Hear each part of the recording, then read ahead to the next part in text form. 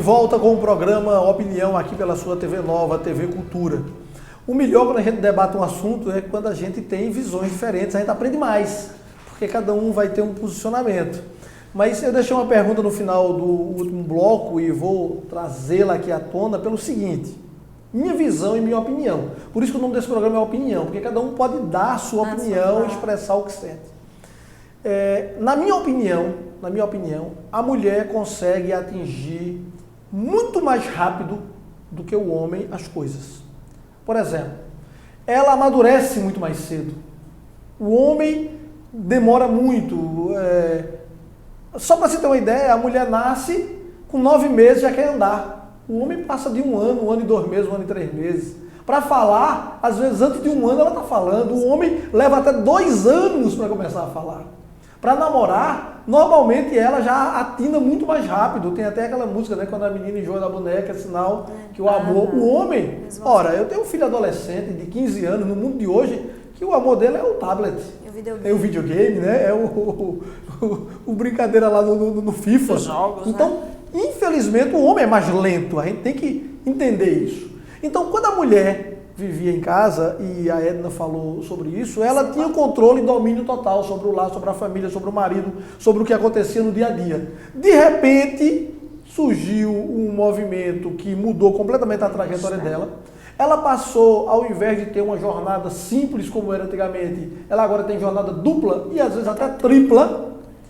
Né? Tem professores que às vezes ensinam o dia inteiro e quando chega de madrugada tem que deixar o almoço preparado e é uma confusão. Então, isso talvez tenha vindo para a vida do ser humano, da nossa sociedade, como os negros, que não tiveram culpa de nada, de repente chegaram para eles e disseram: olha, vocês estão livres. Eles disseram: muito bem, mas a gente trabalha onde? Livres sim, mas trabalha onde? E aí começaram a se aglomerar nas favelas e eles não têm culpa disso, mas estão lá até hoje, os séculos vão passando e tudo vai ficando como era. Eu vejo a mesma situação. E aí, para voltar para o assunto, eu vou perguntar sobre o que é que leva ao crime. Seria isso, esse isolamento? Seria falta de base familiar, falta de oportunidades? O que leva tanta gente ao crime? Edna sabe disso, por coincidência, ela e a professora Paula Rocha cumprimos uma disciplina no doutorado de Sociologia há pouco tempo com o professor Raton, que estuda crime, é um pesquisador brilhante.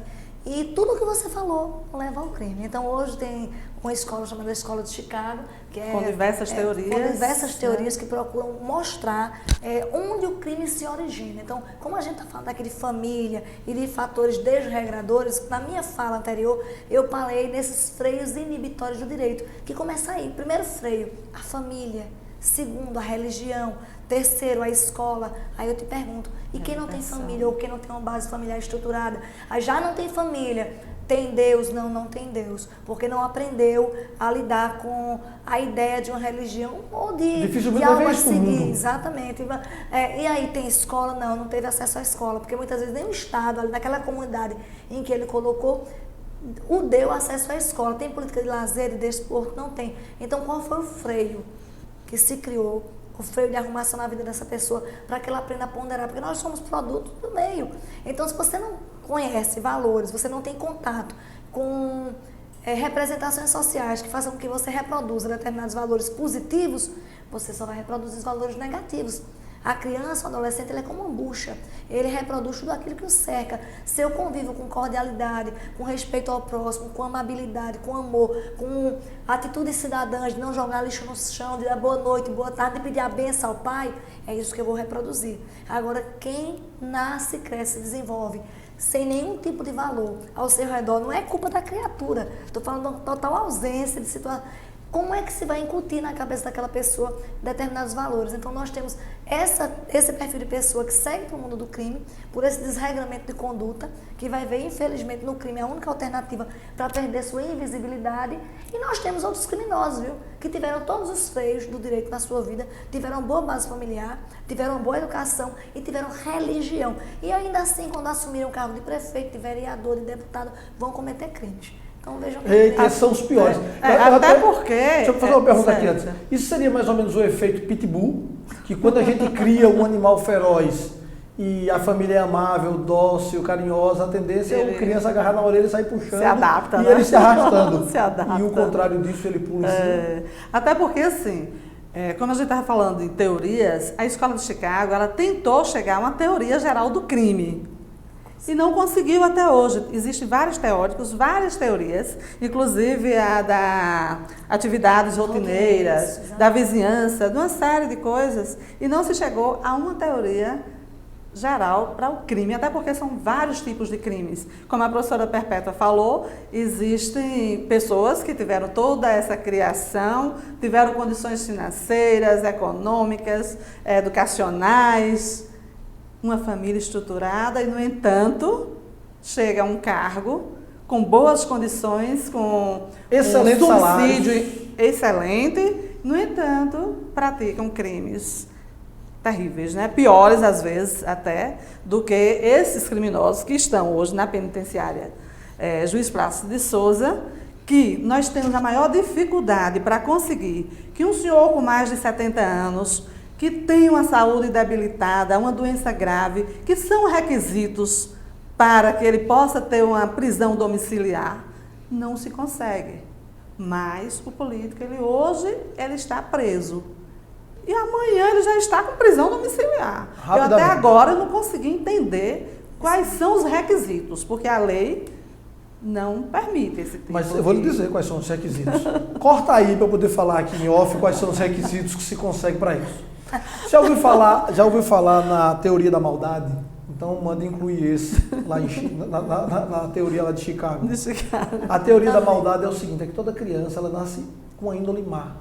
Apesar de muita gente dizer, mas criança, bote duas crianças juntas, sentadas, brincando, dê a um carrinho, um ferrorama, carrinho da Estrela, fazendo um comercial aqui gratuito, e dê a outra uma bolinha de papel. Daqui a pouco ela larga o ferrorama e vai tomar o outro do papel. E daqui a pouco a briga começa, um bate no outro, e cada um que queira tomar o que é do outro. E são inocentes. Imagina se ela cresce sem estrutura, sem base, sem nada. Então é a teoria da maldade, é bom incluir essa lá, que já nasce com mais uma teoria. Por isso a pessoa precisa desses freios de cristal interferir em sua vida para modificar essa perspectiva. Rousseau já falava nisso. A gente até pode ter a natureza não tão boa, mas nós precisamos de disciplinamento. E se tivermos acesso, vamos ter outra atitude. Regras, eu costumo dizer o seguinte, que toda a vida da gente está baseada em organização e disciplina. Exatamente. Tudo é organização e disciplina.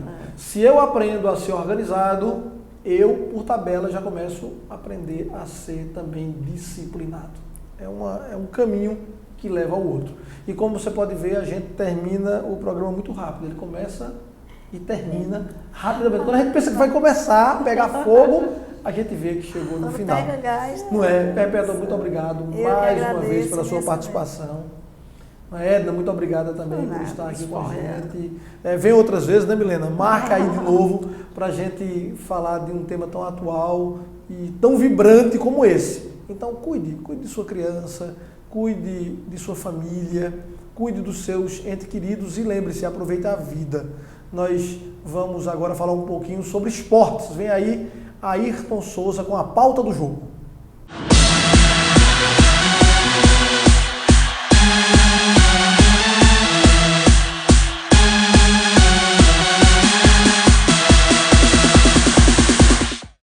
Olá, senhor Ayrton, bom dia. Vamos falar de esportes? Vamos lá. Vamos dar um balanço nessa sexta-feira. Eu queria começar falando sobre o jogo do Náutico. O Náutico jogou contra o Londrina, se não me engano, na terça-feira. Na terça-feira. Olha, lamentavelmente, a inconstância que está no Santa Cruz e está no Sport também atinge a equipe Timbu. Você vê que o Náutico vinha de um resultado de 3-0 lá contra o Vila Nova. O Vila Nova sai, goleia a equipe do Vasco. Aí o Náutico vem para casa e perde para o Londrina, com todo respeito. Mesmo porque o Londrina tem 43% de aproveitamento fora, é um bom percentual. Mas não dá direito ao Náutico jogar errado como jogou. O técnico Galo, que não estava no banco, está suspenso, fez algumas modificações, mas nada resolveu, porque o Náutico não se encontrou, perdeu por 1-0 e desceu um pouco a sua classificação. Hoje o Náutico é o 8º colocado. E vou dizer uma coisa a você. Ele joga nesse final de semana, no sábado, contra o Sampaio Corrêa. Se não vencer do Sampaio, aí não vence mais ninguém. O Sampaio é lanterna, já está rebaixado e o Náutico tem a obrigação de vencer a equipe de Sampaio Corrêa. Tem perigo do Náutico ir para o rebaixamento também, não? Não, perigo não tem não. Agora, eu não acredito que o Náutico tenha chances técnicas de subir para a primeira divisão. E é melhor não subir. Deixa ele quietinho na Série B, tá aí a vergonha de Santa Cruz. Subiu ano passado, deu aquela alegria à sua torcida e a esta altura dos acontecimentos, o Santa está rebaixado e não tem milagre que tire a equipe tricolor do rebaixamento. Então a torcida fica decepcionada. Se organiza na Série B, é muito melhor. Deixa o Náutico também na Série B e o Sport fica na A porque tem mais estrutura, mais plantel, mais dinheiro e mais condição. Não teremos jogos da Série A do campeonato? Não, Série A, final de semana, não teremos jogos, só da Série B. Então vamos falar de Sul-Americana, né? O Santa Cruz começou empatando o jogo que tinha o seu mando, jogando na Arena de Pernambuco. Quando foi quarta-feira agora, parece que deu a louca lá no Tricolor e ressurgiu aí das cinzas. Olha, o Santa Cruz começou a ganhar a sua classificação no empate de 0-0 no primeiro jogo. Até porque, você lembra, nós comentamos aqui, o Santa foi muitas vezes melhor do que o time do Sport. O Sport não entrou em campo. Aí disseram, não, é porque Diego Souza não jogou, etc. Não teve nada disso. Quarta-feira aconteceu a mesma coisa. Diego Souza jogou ou não jogou, entrou em campo, não correspondeu. O Sport não jogou nada. O Santa Cruz foi absoluto. Teve 2 chances concretas no primeiro tempo. E no segundo tempo, aos 26, matou com o jogador Bruno, que entrou no lugar do Grafite, que saiu contundido. Então, a esta altura, o Santa com 1-0 está classificado. Agora a questão é a seguinte: qual será o comportamento da equipe tricolor na próxima fase? Já começa a fase internacional. E com esse timinho que o Santa Cruz tem, dá para ninguém acreditar que ele consiga ultrapassar a próxima fase da competição? O bom de tudo isso, Rosmael, é que a classificação para a próxima fase dá ao Santa Cruz, ou deu ao Santa Cruz, uma média de R$1.100.000. Essa é a premiação de quem passa da primeira para a segunda fase. Coisa boa. Um abraço então, chegamos ao final do programa Opinião. Bom final de semana, curta aí a praia, curta o seu feriado, final de semana gostosinho. A gente volta na próxima segunda. Um abraço.